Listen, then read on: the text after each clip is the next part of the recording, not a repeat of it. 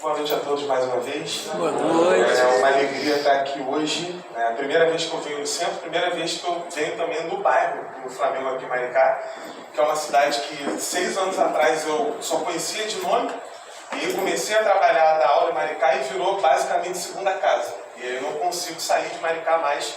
Só não vim de vez para cá porque eu não quero trazer as minhas dívidas para a psicosfera da cidade e atrapalhar esse seu desenvolvimento.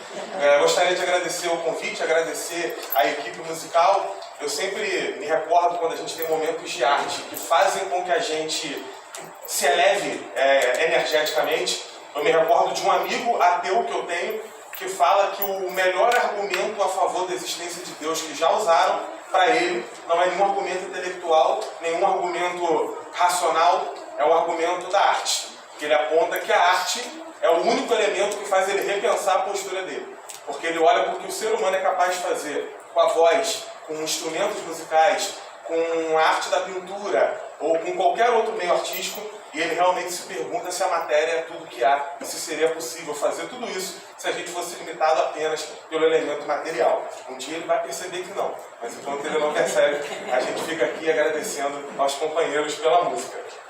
Eu, durante a minha fala, eu sou um pouco dinâmico, então é provável que eu tire o microfone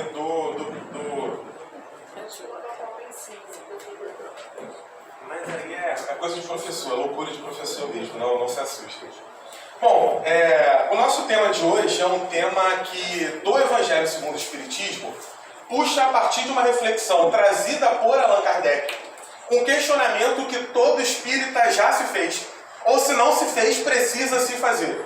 Na hora de acreditar em reencarnação, o principal argumento que nos vem à mente, aquele que estabelece a nossa crença como a única possível, e aí eu falo aqui e assumo uma certa arrogância no meu falar. E é uma arrogância que o religioso tem. Emílio Durkheim, nos elementos fundamentais do fenômeno religioso, vai demonstrar que a efervescência é uma coisa que todo religioso vai ter. E aqui a nossa efervescência se transcorre numa certa arrogância de demonstrar que, de acordo com a nossa crença, que não é a verdade final, mas é a nossa crença, e para nós, por ser crença, constitui verdade para nós, mesmo que não seja uma verdade universal, o elemento básico de crença no Espiritismo está na doutrina da reencarnação.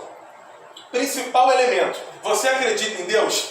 Se você acredita em Deus, ele é soberanamente justo e bom? Ou ele é uma figura brincalhona, que vai debochar, que vai experimentar, que vai colocar aquelas figuras que ele criou num ambiente de teste quase que laboratorial, para ver o que um vai fazer aqui ou acolá? Ou é alguém que é, por ser soberanamente justo e bom, uma figura, uma entidade, um ser, a causa primária de todas as coisas, que traz consigo as verdades do universo?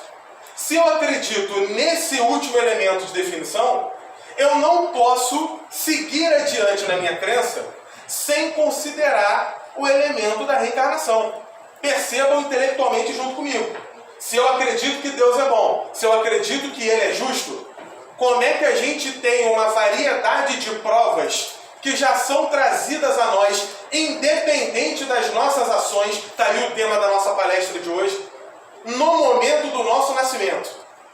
Eu não vou nem no caminho mais óbvio, que eu vou apenas citar. O caminho óbvio que normalmente citam é o caso das deficiências, sejam elas de natureza mental, cognitiva, sejam elas de natureza física, de limitação de mobilidade. Só que eu vou além da questão da deficiência, porque há ainda nesse argumento uma questão do século XIX muito forte. Um argumento muito preso à eugenia, aos argumentos de que o ser humano, para ser perfeito, teria que ser, entre aspas, biologicamente perfeito. A gente já está no século XXI, não está mais no XIX.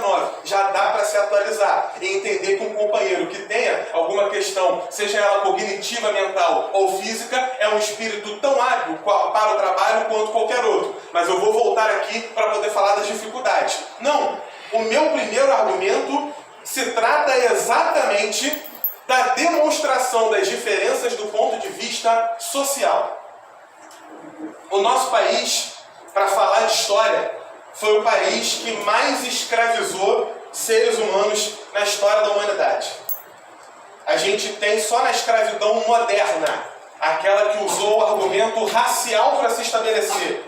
A ideia de que uma pessoa seria inferior, não teria alma ou teria uma alma condenada de acordo com a cor de pele com a qual ela nasceu. E que vai gestar uma sociedade pautada pela diferença de uma suposta superioridade garantida pela tonalidade da pele. Só no nosso país, de 10 milhões de seres humanos escravizados, a gente vai ter 4 vindo diretamente para cá. Aqui no Rio de Janeiro, 2, se eu pegar os dados apenas do século XIX. O que essas pessoas fizeram para serem condenadas a ter uma vida de trabalho forçado, sofrimento, violência, castigo que mesmo quando o castigo corporal não acontece, a ameaça do castigo corporal já é violência em si? A ideia de que você não é dono de si e do seu próprio destino, a ideia de que você está socialmente morto. Primeira coisa que se fazia quando o escravizado, a escravizada, chegava nos portos, no porto aqui do Rio de Janeiro, era mudar o nome da pessoa, que é para cortar qualquer vínculo familiar, qualquer vínculo cultural. Era destituí-la daquilo que ela entende como vida, para mostrar para ela que vida para ela agora é ser mão de obra até o dia da morte. O que aquela pessoa, aquele espírito fez para ter nascido nessa conjugação, enquanto o outro nasceu na família real? O que aquele espírito fez para nascer naquela conjugação de miséria e de violência, enquanto o outro se coloca numa posição de vantagem, de privilégio, de ganhos materiais? Queridos, não se trata de matar o argumento falando em inveja, falando em orgulho. Vamos um pouco além intelectualmente. Vamos olhar ao nosso redor. Quantos de nós tivemos oportunidades que outros de nós que aqui estão não tiveram? Quantos de nós tivemos oportunidades que outros que estão na rua não tiveram? Quantos aqui já tiveram que se preocupar no final ou no início do mês se teria condição de sustentar a casa, de alimentar os filhos, de colocar um teto sobre a sua cabeça? Um amigo palestrante falou uma palestra que eu não me esqueço, anos atrás. Até para orar e meditar, estar de barriga cheia ajuda muito. Porque se concentrar na oração de barriga vazia... E eu sou professor.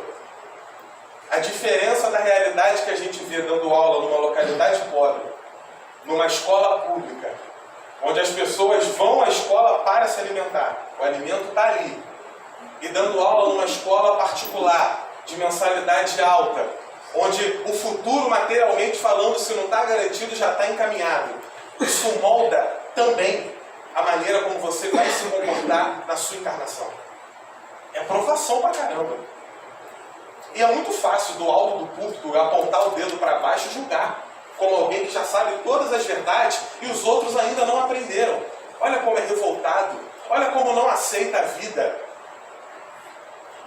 Quando a gente lida com a realidade nua e crua da ausência, a gente sente na carne, através da dor, que nem sempre a gente sabe tudo aquilo que a gente achava que sabia. A humildade que pregamos está em, antes de mais nada, não se ver como melhor do que ninguém e nem como alguém mais capaz de compreender a realidade do mundo do que outro alguém. Vamos falar de espiritismo? Vamos olhar para os nossos companheiros de religião que estão crescendo em movimento. A gente tem um movimento das igrejas evangélicas neopentecostais que a cada dia que passa surge uma instituição nova. Qual é a diferença de movimento que os companheiros de outras religiões fizeram em relação ao espiritismo? Enquanto nas outras religiões abandona-se a teologia da libertação para abraçar a teologia da prosperidade, do domínio, a ideia de que Deus se faz presente no seu ganho material. Aquele carro que você tem, aquele emprego que você conseguiu, o aumento do salário, olha a presença de Deus na sua vida. Mas é claro, para uma sociedade marcada pela pobreza, qual o argumento que você utiliza? Esse é argumento de popularização. Sabe o que eu acho espetacular no movimento espírita? A gente ousou fazer um movimento contrário. Enquanto os companheiros foram para o espetáculo para atrair pessoas, a gente abandonou o espetáculo para demonstrar que o entendimento da vida vem em primeiro lugar. Uma reunião numa casa espírita nos anos 50, muito provavelmente teria uma materialização luminosa acontecendo. Eu já fiz palestra em vários e diversos lugares que a pessoa estava ali tendo um transe mediúnico ao lado e às vezes estava ali escrevendo a mensagem enquanto a palestra acontecia. Obviamente a atenção de ninguém estava na palestra, está todo mundo olhando para o fenômeno mediúnico acontecendo, é mais do que óbvio. E a primeira palestra que eu fiz na minha vida, eu tinha 16 anos de idade, foi em Niterói, centro de Niterói. Grupo espiritualista pescador de almas. Eles começaram a fazer palestra e eles ainda tinham uma metodologia que era híbrida. Então, enquanto a palestra espírita kardecista estava acontecendo, ao lado havia um companheiro que estava incorporando uma figura de um preto velho e ele estava dando consulta. Então a gente tinha uma competição por atenção. Enquanto a palestra acontecia aqui, do lado de cá havia um fenômeno que obviamente atraía toda a atenção. Com o tempo os companheiros foram modificando. Mas eu não me esqueço do meu avô, que já está na pátria espiritual, o espírito mais evoluído que eu conheci na minha encarnação, e eu ouso dizer em qualquer encarnação, sempre que eu falo dele, eu falo dessa forma, porque já me viu falar em outros lugares, sabe, e eu vou continuar fazendo, porque a gente tem que homenagear as pessoas, e esse eu fico muito feliz que, entre aspas, homenageei em vida e continuo homenageando em vida, agora em vida espiritual. O meu avô, quando ele foi fazer a primeira palestra dele, ele me conta, quando eu estava nervoso para fazer a minha primeira, ele fala, eu estava muito nervoso, fui andando até o púlpito, quando eu cheguei no púlpito, eu olho para a assembleia e estava vazia, eu só vi a cadeira, eu não vi ninguém. E aquilo me tranquilizou, eu fui falando, e à medida que eu ia falando, as pessoas iam aparecendo. E aí, quando as pessoas apareceram todas, ele já estava mais calmo, ele já pôde falar. Eu passei a semana inteira da minha primeira palestra rezando fervorosamente para que não acontecesse nenhum fenômeno nessa natureza. Porque eu tinha 16 anos e essa coisa do espírita que lida com o fenômeno mediúnico, tá aqui em casa e voa uma coisa, fulaninho está querendo falar comigo. Não me venha com esse papo. Eu não sou X-Men, não queira ficar com essa historinha comigo. Cada coisa no seu devido lugar, por favor. E eu rezando para que não acontecesse. Chegou no dia da minha palestra. Estudei, não lembro nem qual era o tema. Cheguei, era uma escada que subia. Cheguei na entrada, cumprimentei o senhor que estava na beira da escada, fui subindo e cada degrau que eu subia eu esquecia uma parte do que eu tinha estudado. Eu juro que eu tentei voltar, eu tentei vir de ré para ver se eu lembrava e não funcionou. Quando eu cheguei no topo da escada, eu só lembrava do título da palestra. Falei, já era, que desastre. Será que dá tempo de correr? Às vezes eu saio correndo aqui e ninguém vai me segurar, vão dizer, tá doido, vão achar que eu não me mediquei e vou parar no centro de Niterói, eu vou parar correndo até o terminal e ninguém me pega. Eu estava novinho ali, até parece que alguém me alcançava na velocidade. Mas fiquei desesperado, sentei na primeira fileira, me concentrei. A moça que fazia a apresentação, que gostava sempre de falar muito, naquele dia ela decidiu que ela não ia falar nada. Ela só chegou e apresentou. Eu rezando para ela ficar meia hora falando, para tornar o tempo da palestra, ela nem chegou, falou meu nome, vamos embora. Quando eu me levantei e fui até o púlpito, eu cheguei aqui e eu tinha esquecido, inclusive, o título da palestra. E quando eu olho para a assembleia, estava mais lotada do que ela estava quando eu cheguei. Aconteceu um fenômeno literalmente oposto do que aconteceu com o meu avô. Para ele ficou vazio, para mim lotado. Parecia que tinha um na carcunda do outro, de tanta gente. Aí eu fechei o olho, tentei me concentrar, escuto como uma intuição para que eu falasse sobre o suicídio naquele dia. Comecei a falar como quem não quer nada, quando vi, passei até quase meia hora do tempo.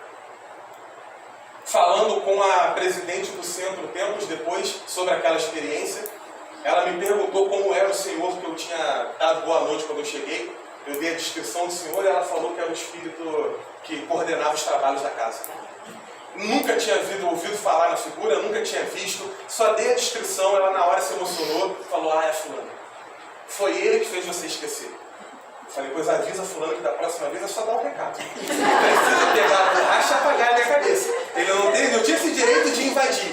Mas é porque naquele dia era necessário falar sobre aquele tema, porque os amigos desencarnados que lá estavam precisavam ouvir algo dessa natureza. E percebam como o fenômeno oposto aconteceu, e quando eu contei com meu avô, ele fala, espírito vaidoso, tem que trabalhar na vaidade. Chegou no púlpito, estava lotado, está querendo plateia, que isso? Segura, controla, respira. Meu avô era desses espíritos que controlavam, certo ele. Na hora ele já lembrava, segura, vamos com calma, um passo de cada vez. Como é que eu consigo explicar isso sem ser espírita? Como é que eu explico esse fenômeno para qualquer pessoa sem ser com um elemento do espiritismo? Como é que eu explico uma realidade onde somos tão diferentes e ao mesmo tempo estamos todos no mesmo barco? As nossas aflições são muitas, variadas, de diversos tipos. Mas aquelas que nós não temos controle são as que mais machucam. Porque aquelas que eu causei em algum momento fazendo terapia, meditação, eu vou descobrir, eu vou tentar correr atrás, eu vou pelo menos compreender que a causa daquela aflição sou eu. É a minha obsessão com alguma coisa ou com alguma pessoa, é a minha vaidade exacerbada, meu orgulho que eu não consigo derrotar, são os ciúmes, qualquer elemento que me faça cair, entre aspas, por causa das características do meu próprio ser. E aquela que não tem nada a ver com isso? E aquela que está fora do seu controle? E aquela que te aflige sem parecer ter solução? Como compreender um mundo onde pouquíssimos têm tanto e a imensa maioria sofre com pouquíssimo ou com quase nada? Como argumentar para uma realidade onde pessoas literalmente morrem de fome porque não têm o que comer, sendo o mesmo mundo onde a fartura se sobrepõe em diversas mesas? Como olhar para o mundo e entendê-lo no seu estágio atual? Companheiros, Allan Kardec é uma grande luz e um grande guia intelectual para todos nós. E Kardec, homem do seu tempo, filho do século XIX, isso é simplesmente análise de historiador, vai perceber, olhando em volta, indo contra argumentos que eram comuns, inclusive nos salões científicos da sua época. Ou será que a gente vai jogar no lixo a figura do Barão de Gobineau, que, usando o darwinismo aplicado à sociedade, vai argumentar que há homens que são melhores do que outros, que são mais superiores, que têm mais aptidão para alcançar a riqueza, a felicidade, o domínio? E que homens seriam esses, diz o Barão de Gobineau? O europeu, o francês, o italiano, o alemão, aquele que tem a sua tez clara, a pele branca, diz ele, como símbolo da evolução final. É 1853 que ele publica, e é na década de 1860 que esse livro está sendo debatido nas sociedades literárias e científicas, com o pessoal aplaudindo de pé as conclusões. Kardec vai trazer o Livro dos Espíritos em 1857. E o restante da codificação na década de 1860, na mesma época. E claro que a gente pode pescar diversas críticas a pontos específicos de uma fala ou de outra, mas a base da teoria da reencarnação é que todo mundo é literalmente igual. Espírito não tem cor, espírito não tem gênero, espírito não tem etnia, espírito não tem classe social. Ele vai reencarnar aqui e amanhã ele vai reencarnar acolá. E aquele que hoje é rei, monarca na França, amanhã vai reencarnar num país colonizado pelos franceses, tendo que trabalhar 14 horas por dia, se não trabalhar, correndo o risco de ver o seu filho ter as suas mãos mutiladas, como punição daquele colonizador que se achava superior. Quem reencarna aqui, reencarna acolá. Quem reencarna na riqueza, também reencarna na pobreza. E quem reencarna homem, reencarna mulher, e etc, etc, etc. Não tem como ser espírita e levar adiante o preconceito. Se não entendeu nada, pega para ler de novo. Fica quietinho por humildade, abre o livro e vai ler novamente. Não tem como ser espírita e ser preconceituoso. Não tem como ser espírita e excluir as pessoas.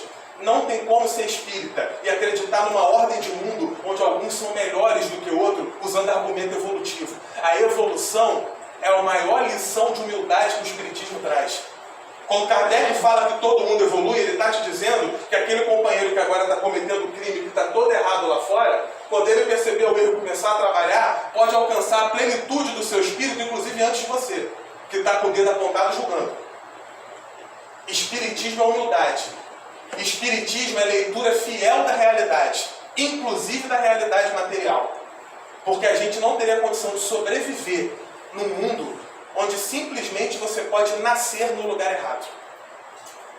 Que bom que a gente está aqui nesse momento agora, podendo ter esse encontro. Dependendo do país onde a gente tivesse nascido, no momento onde a gente nasceu, a gente estaria aqui tendo que se proteger de bomba que entra na nossa cabeça. Qual é a diferença da gente para quem está tomando bomba na cabeça? A gente é melhor? Todo mundo é igual. Não tem como explicar o mundo de maneira justa sem a reencarnação. Faz o exercício. Tira a reencarnação da cabeça. Não existe mais reencarnação. A alma é criada no momento da concepção. A gente tem uma vida só. Morreu, a gente vai para o céu ou para o inferno, ou então morreu, acabou, adote a teoria que você quiser. Tem como enxergar a justiça no mundo? Se alguém conseguir me provar que tem como ver um mundo justo, onde literalmente o lugar onde eu nasci pode ser um definidor ou um limitador para a minha vida inteira, em várias atividades que eu queira empreender, aí você vai ter que me comprovar que a realidade que a gente vive é uma realidade justa. Alguém vai conseguir? Eu tenho certeza absoluta, intelectualmente falando, que ninguém aqui vai conseguir. Toda maneira de explicar o mundo pelos olhos da justiça vão levar à teoria da reencarnação. Trabalhando na Casa Maria de Magdala, eu me recordo que a gente teve contato com muitos pacientes que nos foram professores ao longo do tempo. E eu lembro que comecei a trabalhar lá muito cedo, e um dos professores que eu tive, eu sempre conto essa história, era um tarefeiro que trabalhava comigo.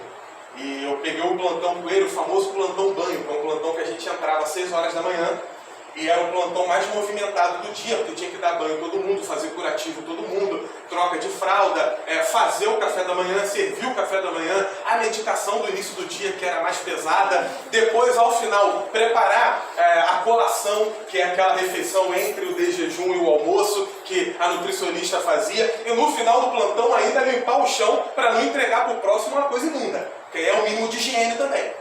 Eu adorava aquele plantão, porque você começava a trabalhar, quando percebia já acabou. Porque você não parava em algum momento. Adorava, odeio ficar parado. Acho que eu sou um pouco imperativo nesse sentido. Em sala de aula, aqui eu estou comportado. Se algum de vocês fosse meu aluno, vocês iam ver. Que eu já teria corrido para lá, já teria subido na cadeira aqui. Ia ser um pandemônio aqui. Melhor que a gente mantenha um pouquinho de formalidade para a gente fingir que é sério. Né? Senão o pessoal fica assustado. Eu me recordo que um dos professores que eu tive era o companheiro que trabalhava comigo. Quando eu fui para o plantão, me colocaram nele, só tinha esse companheiro trabalhando no plantão. E eu lembro que eu fiquei muito triste, eu falei, poxa, ele tinha acabado de fazer uma cirurgia cardíaca, ainda estava com a cicatriz ali bem forte, com curativo em cima. Ele não pode carregar peso, vai trabalhar sozinho. 2 semanas trabalhando com ele, eu descobri por que ele ficava sozinho trabalhando. Ele era daqueles militares que achavam que ainda estavam na caserna, e era uma coisa maravilhosa, porque eu acho que eu passei 6 meses até ouvir ele falar no volume, no tom de voz normal. Primeira vez que eu ouvi ele falar no tom de voz normal, até estranhei. Falei, caramba, o que houve com os ouvidos? Era só grito até então. Era só ordem, era aquilo, faça isso, faça aquilo, e aquela coisa toda. Professor, ensinou humildade, ensinou paciência, mesmo que na hora eu não tenha percebido. Hoje eu percebo. Hoje lembro como um amigo queridíssimo, trabalhador que nunca faltava, nunca abria mão do trabalho.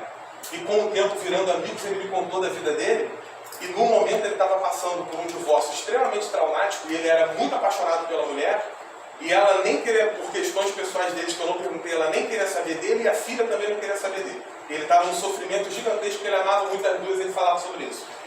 Óbvio que a pessoa fica amarga. Quem sou eu para julgar? Do alto da minha arrogância de 18 anos de idade, querendo julgar a pessoa que está ali apanhando da vida. Mas os principais professores eram os companheiros que naquele momento estavam como pacientes. Eu me recordo de uma senhora que ficou cega graças à doença da AIDS. Ela não sabia que ela tinha até o momento que a doença começou a destruir o corpo dela. Quando ela descobriu que tinha, já era tarde para poder poder evitar alguns dos efeitos da doença, que hoje, se você descobre cedo, você consegue viver como uma pessoa qualquer, que as pessoas não vão nem perceber. Felizmente, quando a casa foi fundada nos anos 90, era entrar para menos de um mês depois desencarnar. Eu ainda peguei um pouco de alguns companheiros que chegavam em situação muito complicada. E essa irmã falava aos amigos médiuns da casa. No passado ela tinha sido uma nobre. E tinha um companheiro que tinha uma mediunidade maravilhosa de psicometria. E ele dizia que ele chegava para trabalhar, ele olhava para ela e ele via quase até a coroa. Ele olhava e ele via aquela coisa, aquela suntuosidade. E ela sentava, ela tinha uma elegância, ela sentava na cama com a postura certinha. Eu ficava até com inveja, minha postura toda corcunda. Eu ali assim, com um gorila. E ela lá toda certinha, bonitinha. E dizendo, pegue isso, pegue aquilo. Uma família tão pobre que ela não podia voltar para casa porque ela não tinha ninguém para cuidar dela em casa. Uma família tão necessitada que se ela voltasse para casa, como aconteceu de tentarem fazer ela voltar, com acompanhamento de assistência social, 2 semanas depois ela estava de volta. A família não aguentou, ela não aguentou, chegou um momento que não tinha nem o que comer direito na mesa, voltaram para lá. Eu olho para essa mulher, eu olho para a situação dela, eu me recordo que ela pegou a doença sem saber que estava pegando, graças a comportamentos repreensíveis do companheiro dela. E ali eu repenso a minha vida inteira. Ali eu olho em volta, ali eu examino a nossa trajetória e eu pondero que todas as nossas aflições, que doem muito enquanto acontecem, sempre estão acontecendo ao lado de alguém que também está aflito junto contigo. Eu falo isso para os alunos adolescentes, que o adolescente ele tende a se fechar muito em si. E quando ele está passando por uma questão muito complicada, ele tende a acreditar que ninguém vai compreendê-lo, que só ele entende o que ele está passando, e isso normalmente piora a situação, porque ele vai se afundando dentro daquela mágoa, daquela angústia. Eu sempre cito Fernando Pessoa, que dizia, numa teoria literária maravilhosa, que nós somos todos anjos de uma asa só, tentando voar pateticamente e caindo, porque só uma asa bate e o outro lugar não tem nada. O único momento que a gente percebe que pode de fato voar é quando olha para o lado e vê que o companheiro está com uma asa ali batendo também. É só chegar junto, é só abraçar, é só se irmanar. Só se chega em algum lugar, não sozinho. A gente só chega em qualquer lugar junto, no coletivo. O problema de cada um é de cada um. Mas no momento que tu estava na pior, se não tivesse alguém do teu lado para dar um abraço, para ser aquela ilha, aquele porto seguro, você poderia talvez não aguentar. Sempre tem alguém. Mesmo quando parece que não tem ninguém, sempre tem alguém. Entrando aqui na casa hoje, fui apresentado a estrutura espetacular da casa, inclusive do terreno aqui atrás, que tem uma área de mata fechada. Eu comentei que para quem é médium é prato cheio. A pessoa vê aquilo, o olho chega a brilhar, porque está ali a oportunidade de pegar energia, que é uma beleza. E enquanto a gente passava de sala em sala, eu percebi que tinha um companheiro que estava acompanhando a gente. Esse companheiro não veio comigo não, era daqui. Era baixo, batia na altura do meu ombro e estava ali como quem está apresentando a casa, junto com ela para mim. Achei sensacional, mostrando aqui, apontando ali. Só se consegue esse tipo de acompanhamento com trabalho. Só se consegue esse tipo de refrigério na luta. Porque a vida é luta. A vida é sofrimento, mas o sofrimento não ensina nada, gente. Essa ideia do vou aprender pela dor, a dor só dói. A dor, ela pode inclusive te levar a encerrar a própria encarnação de maneira precipitada. A dor não é o que ensina. O que ensina é a capacidade de, enfrentando a dor, perceber que não está doendo só em você. Já pararam para perceber isso? A gente só vence a dor quando a gente percebe que não está doendo só na gente. Quando eu olho em volta e falo, opa, está doendo nele também. Está doendo nela também. Luto, quando perdemos, entre aspas, alguém. Por que nos reunimos? Porque ali, no abraço, no olho, a gente descobre que aquele coração que está sangrando não está sangrando sozinho. E às vezes vira até piada, pelo menos na minha família, porque a minha família não se leva a sério. A gente se reúne até enterro e de repente virou piada. A gente não consegue se levar a sério.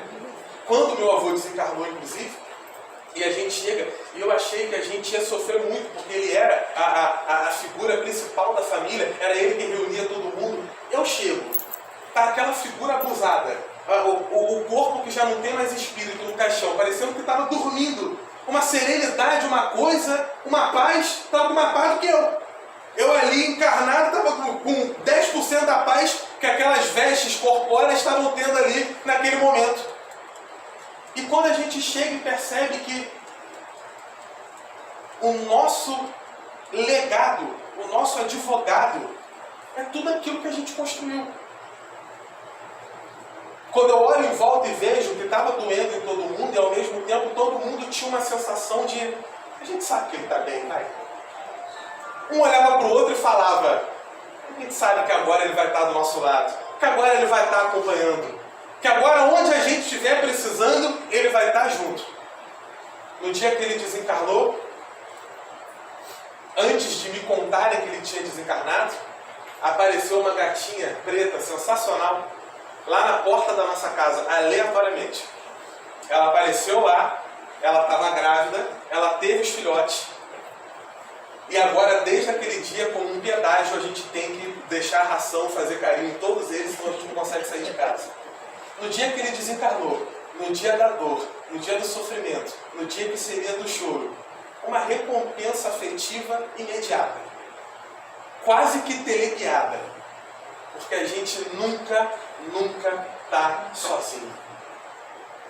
Me recordo, nos caminhos que a vida traz, que o nosso querido Chico Xavier, referência espiritual de todos nós, referência para o que a gente um dia vai chegar. Por favor, não coloque essa referência para já chegar nessa encarnação, senão vai ser um pouco complicado. Na minha época de pré-vestibular, eu lembro que eu queria fazer medicina, e uma colega de sala veio conversar comigo e ela fala, você quer fazer medicina, né? Eu falei, quero. E você é espírita, né? Sim. Ah, então você vai ser igual o doutor Bezerra de Menezes. Falei, desisti da medicina. Não quero saber mais de medicina. Não me bota esse peso. Parece que eu vou chegar nesse nível. Você, por favor. Cada um tem o seu momento, cada um tem a sua hora. Não vem exigir de mim doutorado quando eu ainda estou ali no meu ensino fundamental. Vamos uma coisa de cada vez. E o Chico traz histórias maravilhosas ao longo da sua trajetória, que a gente sempre conta em palestra, não por uma questão de ilustração, mas por uma questão de demonstração. E das que eu mais gosto das histórias que o nosso companheiro teve, e ele teve muitas, e gosto bastante do Emmanuel sempre colocando aquele personagem do cheguei para botar ordem, e no final das contas sempre abraçava junto. Aquela coisa, às vezes o pessoal tem uma visão do Emmanuel que parece que ele é um general daqueles que aponta o dedo e é isso e é aquilo. E não percebem que tem um pouquinho ali também do carisma do personagem bom. Por favor, respeitem, né? Ele tem ali que se portar de uma determinada maneira, tem que trazer um contraponto ao Chico, mas obviamente se está como mentor de uma figura como aquela, não é alguém mesquinho, não é alguém autoritário, é simplesmente alguém que está trazendo disciplina para relembrar do trabalho, e nada além disso. Mas o Chico era muito mais evoluído do que todos nós. Porque se eu estou num avião em turbulência e ele aparece do lado para dizer para eu morrer com decência, infelizmente digo que alguns xingamentos seriam proferidos. E eu perderia a amizade espiritual. É muito fácil, o ectoplasma fala morra com decência. O avião caindo no ar-condicionado contigo, eu tenho matéria. Você é só energia, dali você se dissipa. O Chico tem uma passagem que eu gosto muito, que envolve o nosso querido Dr. Bezerra, que é aquela passagem que todos vocês conhecem e que eu vou trazer para demonstração de que não estamos sozinhos e de que as aflições temporárias fazem parte da construção do nosso caráter e da nossa história. Quando ele não tinha condição material de, num final de semana, fazer as doações que ele fazia na cidade para as pessoas necessitadas, para moradores de rua. E claro, a gente debateu muito isso no seminário lá na Calossi, sobre como o trabalho de caridade é um trabalho que exige, inclusive o exercício de humildade de quem está fazendo, para não tratar a pessoa que está recebendo o benefício de maneira condescendente, e também uma baita de uma responsabilidade de saber reagir quando a pessoa que está recebendo benefício não age da maneira como você espera que ela vai agir. Nem todo mundo vai agir com gratidão, nem todo mundo vai dizer muito obrigado, que coisa linda, e vai embora. Muita gente ainda traz consigo uma arrogância, um orgulho. Muita gente está passando por problemas internos muito fortes e está descontando no primeiro que vê. E às vezes o primeiro que vê é você que está tentando fazer o bem. E é muito complicado lidar com isso, voltar para casa e, puxa vida, estou fazendo um trabalho no bem e ouvi poucas e boas. Eu lembro do Chico, que até cusparada levava. Tapa no rosto já levou. Você imagina a audácia de uma pessoa de chegar, primeiro de dar um tapa no rosto de qualquer pessoa. Aí você pega o Chico Xavier, uma figura daquela que exalava bondade, exalava humildade, e você levanta a sua mão para agredir. E o pior é ele receber essa agressão e compreender. Que evolução, hein? Quantos de nós aqui teríamos a capacidade de levantar o rosto e compreender? Deixa eu dar outra face, por favor, não me venha com essa. Você ia dar outra face sim, Jesus, gente vivo. Até parece que ia. Na hora o sangue já ferve. Talvez o sangue dele tenha querido ferver também. Mas naquela disciplina do controle de si próprio, ele compreende que aquela agressão não é uma agressão vinda da violência sem justificativa. É uma agressão oriunda da dor. E a pessoa que sente dor tende a querer infligir dor a outras também, mesmo quando ela não percebe o que está fazendo. Ele dizia que eram professores. E naquele dia ele, muito triste, vai até os companheiros e aponta que não conseguiu comprar os alimentos, não conseguiu arrecadar tudo o que precisava arrecadar e que não conseguiria naquele dia fazer o que ele fazia todo final de semana. A resposta imediata é agressiva. Xingamentos, gritos. Um faz que vai para cima, o outro segura. Uma senhora tenta acalmar e fala: será que é justo um homem que se dedica a todos nós, que se entrega, que em um dia que ele não conseguiu juntar os alimentos, que a gente responda com violência? Será que é obrigação dele e não obrigação da sociedade como um todo? Só que claro que a voz da razão nessa hora tem que enfrentar a voz da ignorância, a voz da violência. E conta quase que a mitologia do nosso querido Chico, que no momento da confusão é o momento que chega o caminhão cheio de alimento. E quando aquele caminhão chega, o pessoal fica doido, só faltava levar a roda do caminhão. Né? Levaram a comida dentro, o motorista teve que sair correndo para não levarem ele também. Enquanto ele sai da boleia do caminhão ali, preocupado com o que acontecia, ele vai até o Chico, e o Chico muito assustado com aquilo, fala: nossa, mas que coincidência, não? No momento que a gente precisa, parece que desce o caminhão do céu. Quem é o senhor? O que está acontecendo? E o camarada fala para ele: isso aqui é uma doação de um empresário fulano de tal, que é um empresário que teve um filho que morreu num acidente de carro, e o senhor psicografou uma mensagem do filho dele e aliviou muito o coração. E desde que aconteceu isso, ele, para agradecer, decidiu mandar esse carregamento de alimentos. Só que ele tentava mandar e sempre tinha um problema. Não tinha como mandar naquele dia porque estava sem caminhão, e aí na semana seguinte não tinha como porque o motorista ficou doente. Sempre tinha algum problema que impedia. E aí veio hoje. Só que o Chico não entende como é que o motorista do caminhão encontrou ele lá no meio da praça, que ele fazia as doações, era perto de uma ponte caída. Ele não estava no centro, ele não estava em casa. O endereço lá era encontre o Chico no meio da cidade? Não, tinha um endereço. E aí o motorista do caminhão fala para ele o relato maravilhoso que sempre nos arrepia. Quando ele fala: não, o endereço era no centro espírita, e eu lá fui. Só que quando cheguei, não tinha ninguém, só tinha um senhor que estava varrendo a entrada do centro. E aí eu fui entregar para o senhor, ele falou: não deixa aqui não. O Chico está em tal lugar, aproveita que ele está precisando, leva lá para ele. Ele: não, mas eu preciso que assim deixar aqui. Ele: não, aqui a gente não vai usar. E aí o Chico fala: mas que senhor é esse que não tem ninguém no centro?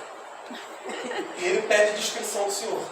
Obviamente, que a descrição bate perfeitamente com o nosso querido doutor Adolfo de Bezerra de Menezes Cavalcante. Varrendo a entrada do centro. Veja que abusado. Ali na sua figura idosa ainda, né? Claro que a roupagem que ele escolheu para poder passar também uma sensação de paz, varrendo a entrada do centro e orientando. Aí você pode ouvir essa história e fala: mas acontecer com o Chico é mole, quero ver acontecer comigo. Calma também. Vamos um passo de cada vez. Talvez não vá acontecer algo tão fantástico contigo. Talvez aquele fenômeno mediúnico que você espera, que te arrebate e que te leve de encontro ao infinito, não ocorra.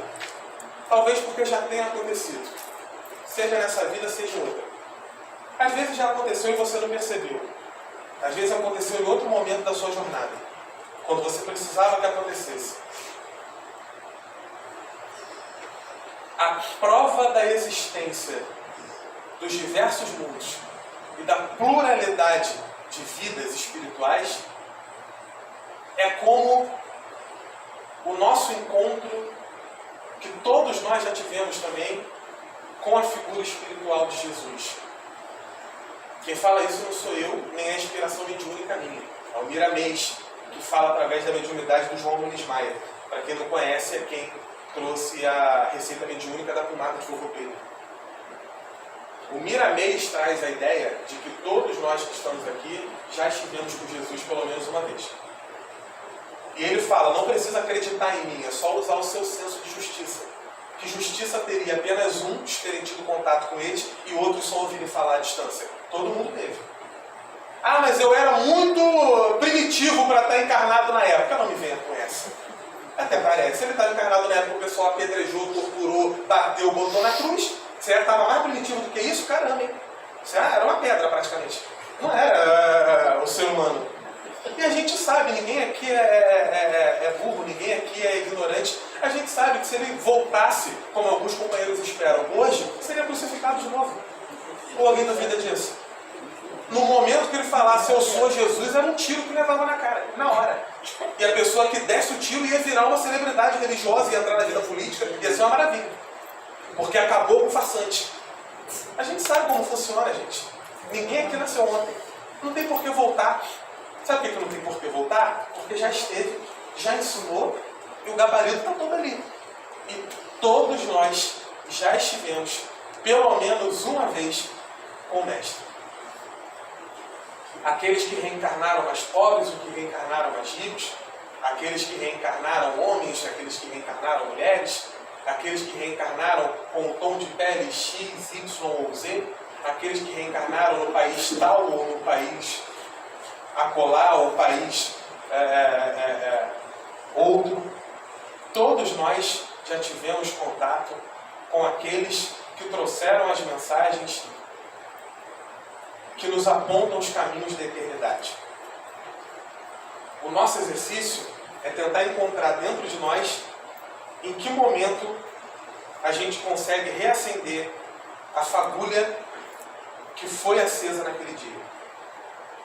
Que no momento está lá fosca, pequenininha, esperando queimar. E a gente está abafando, a gente está jogando água. A cada dor que a gente passa, a gente joga um balde d'água maior em cima dela, mas ela não apaga.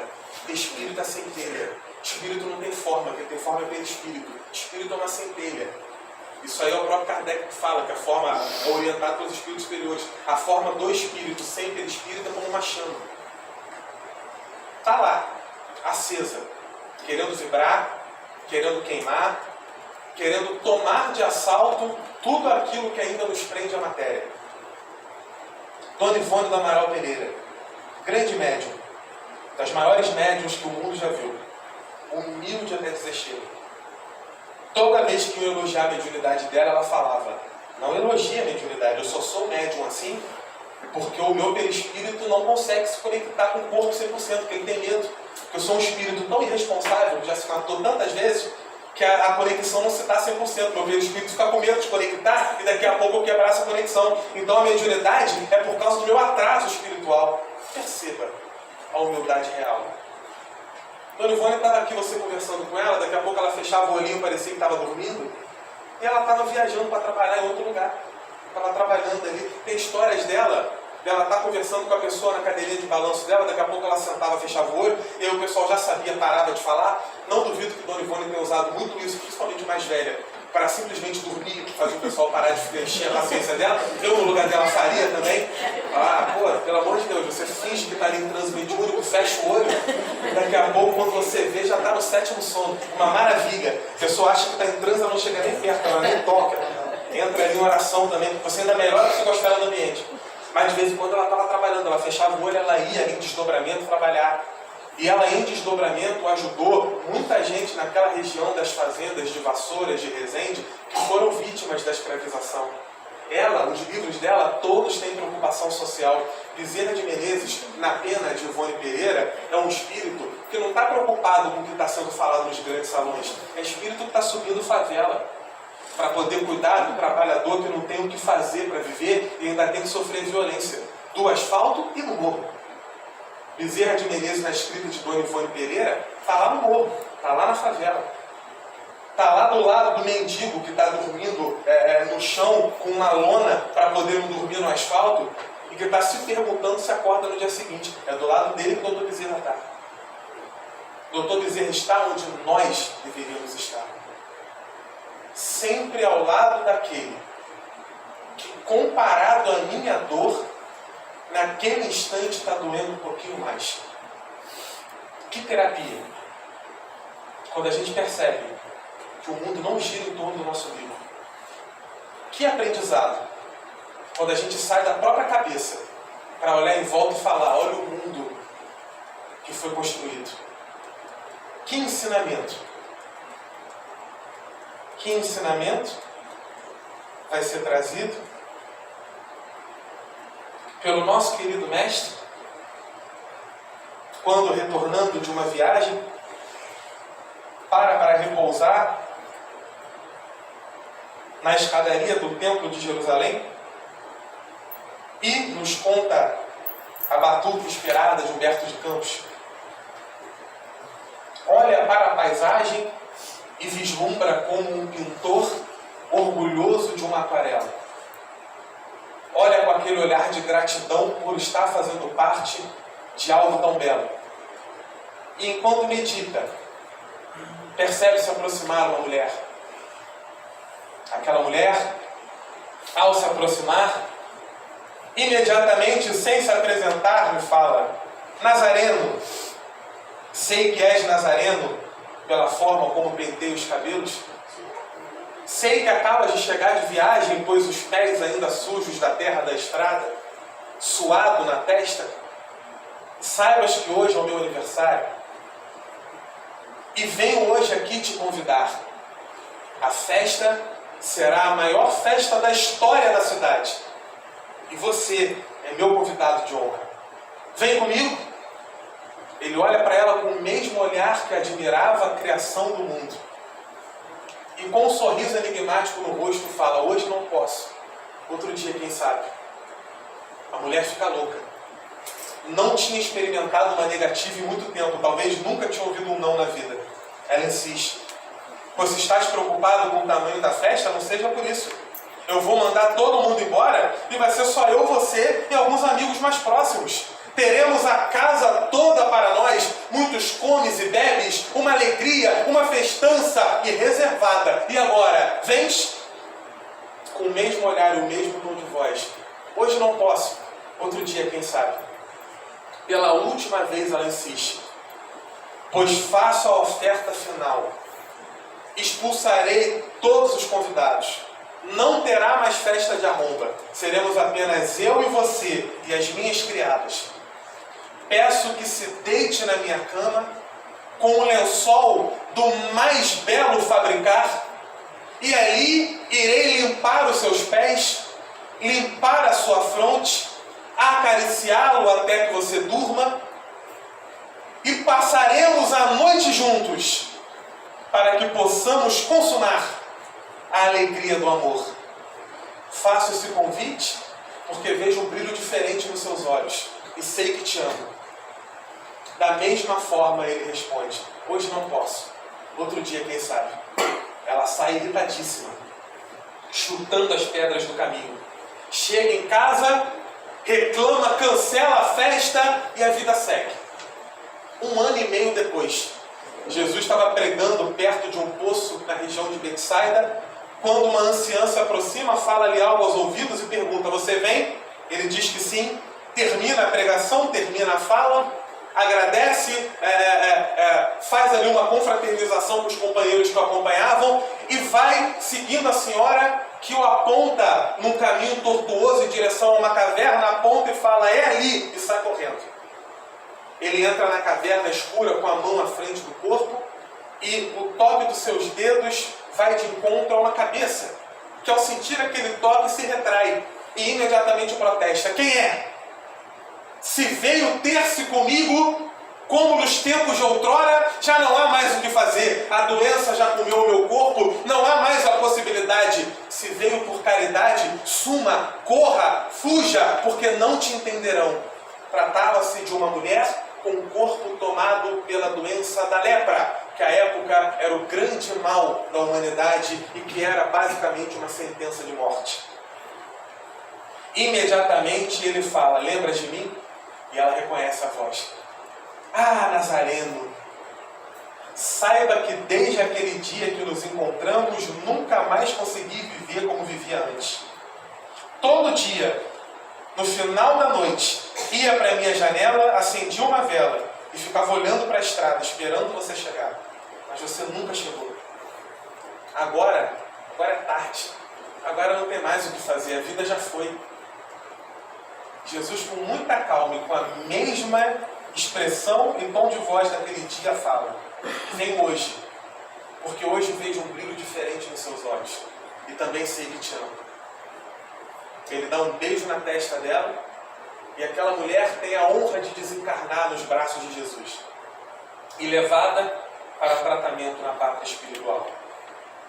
Nós somos a mulher desesperada de Jerusalém. Nós somos aqueles que um dia nos encontramos com uma força maior que a gente e a nossa vida é uma busca desenfreada e angustiosa para reencontrar aquela sensação, para sentir de novo aquela alegria, olhando em volta e sentindo que não pertencemos, olhando em volta e sentimos que esse mundo não é nosso, sem entender a dor, sem entender o sofrimento, tentando encontrar finalmente a felicidade plena, que a gente sabe de alguma forma que existe, mesmo que a gente não consiga explicar o porquê. Um dia nos encontramos, um dia vimos um brilho diferente. Que hoje possamos, em nossa prece, pedindo aos amigos espirituais, que tenhamos a capacidade de reacender aquela fagulha, para que em nossos olhos brilhe um brilho diferente, para que da nossa voz saia parte da mensagem do Cristo, para que da nossa presença se erija apenas a luz, para que a nossa chegada nunca seja motivo de tristeza, para que a nossa vida seja sempre doação, carinho e amor. Finalizo o nosso encontro fazendo referência ao grande mentor Francisco de Assis, franciscano que sou de outras vidas e que ainda mantenho o carinho pela figura, mesmo sabendo que é ainda muito distante de encontrá-lo.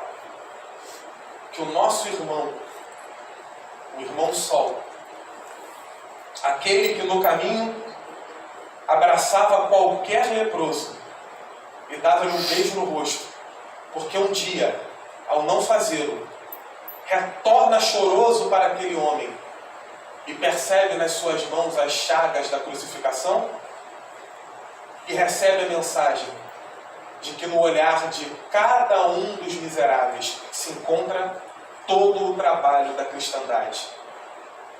Menos suntuosidade, menos orgulho, menos vaidade. E onde houver ódio, que tenhamos a capacidade de levar o amor, a esperança, o carinho, e que sejamos aqueles que no final da encarnação, quando lembrarem da nossa passagem pela Terra, que sempre lembrem de nós com um sorriso no rosto. Porque éramos, e um dia seremos, aqueles que apenas ao chegar no ambiente, trazíamos conosco um pouco daquela paz que tanto almejamos. Que o mês espírita de Maricá seja espetacular a todos, que o trabalho continue sempre vivo e que possamos carregar um pouco dessas energias para a nossa semana, para que possamos sempre ser caminho, verdade e vida, sabendo que estamos à procura daquele que trouxe o caminho e a verdade da vida. Muito obrigado a todos pela atenção.